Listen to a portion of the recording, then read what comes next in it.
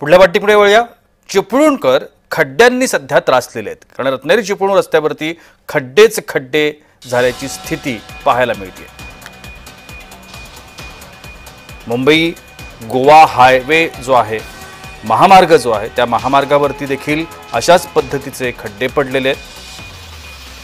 त्यामुळे या संपूर्ण भागातले नागरिक त्रस्त झाले। या सगळ्या संदर्भात अधिक माहिती जाणून घेण्याचा प्रयत्न केलाय आमचे चिपळूणचे प्रतिनिधी रवींद्र कोकाटे यांनी। पाहूया।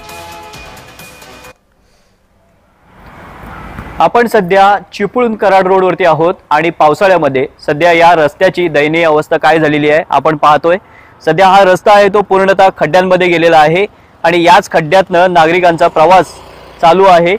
येणारा आगामी गणपती सण तोंडावरती आहे आणि याच गणपती सणामध्ये पर्यायी मार्ग म्हणून या कराड चिपळूणच्या मार्गाचा अवलंब करतात आणि आता सध्या याच चिपळूणच्या कराड चिपळूण रोडची सध्या दयनीय अवस्था झालेली आपल्याला पाहायला मिळते। याच रस्त्यावरनं सध्या वाहनांची ये जा सुरू आहे आणि खड्ड्यातनी वाहनं जात आहेत।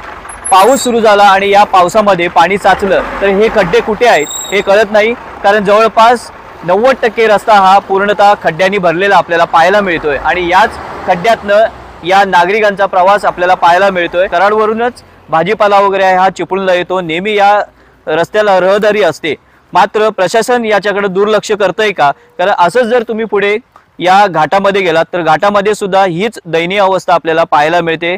पूर्णतः हा रस्ता आहे हा खड्ड्यांनी व्यापलेला आपल्याला पाहायला मिळतोय। रवींद्र कोकाटे, जय महाराष्ट्र, रत्नागिरी।